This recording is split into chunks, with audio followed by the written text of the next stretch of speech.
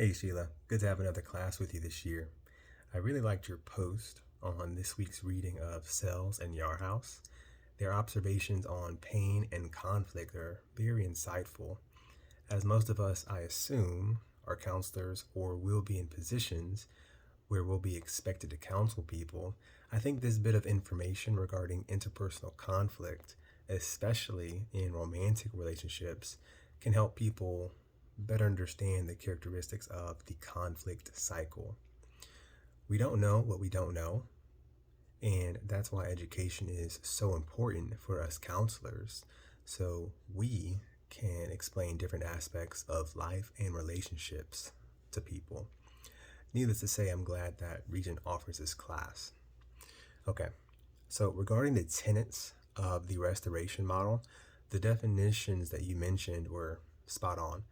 Grace, justice, empathy, trust, and forgiveness are all important facets of restoring relationships.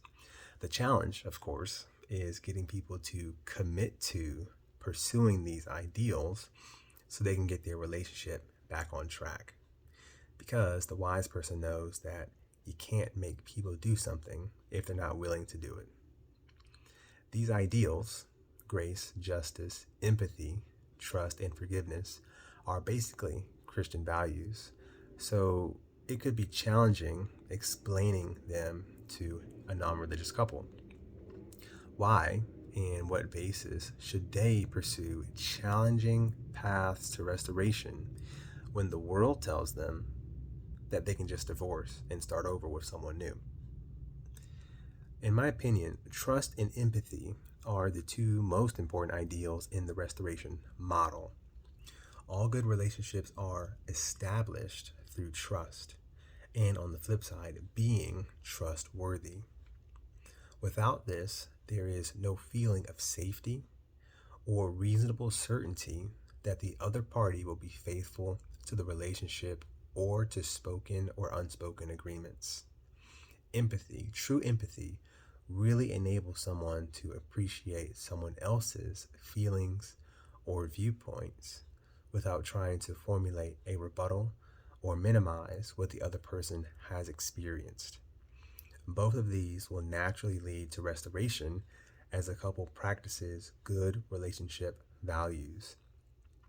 Regarding a weakness of the restoration model, I agree that it might not be effective and even prove harmful for people who have experienced severe or prolonged abuse in relationships. There are unseen injuries there. There are unhealthy relationship patterns there.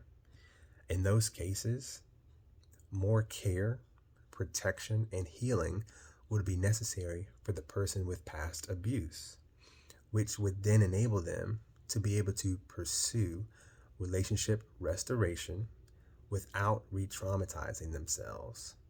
Again, Sheila, thanks for your post. I look forward to more conversations with you this semester.